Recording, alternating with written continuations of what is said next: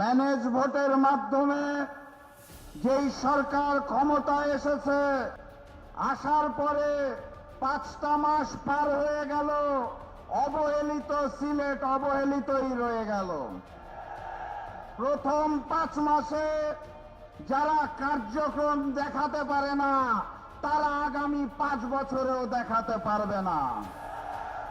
সংগ্রামী সাথী এবং বন্ধুগণ, আমি সিলেট বিভাগকে বিশেষভাবে ধন্যবাদ জানাতে চাই, কারণ পার্শ্ববর্তী রাষ্ট্র ভারতের সাথে বাংলাদেশের 30টা জেলায় সীমানা রয়েছে, যার মধ্যে 17টি জেলা দিয়ে ওই উগ্র হিন্দুত্ববাদী নরেন্দ্র মোদীর সরকার পুশিনের মাধ্যমে বাংলাদেশে লোক ঠেলে দিতে চেয়েছিল।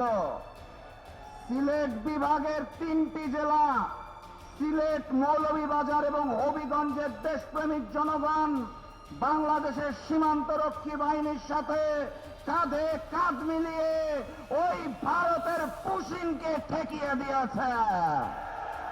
আপনাদের আমি কৃতজ্ঞতা জানাই।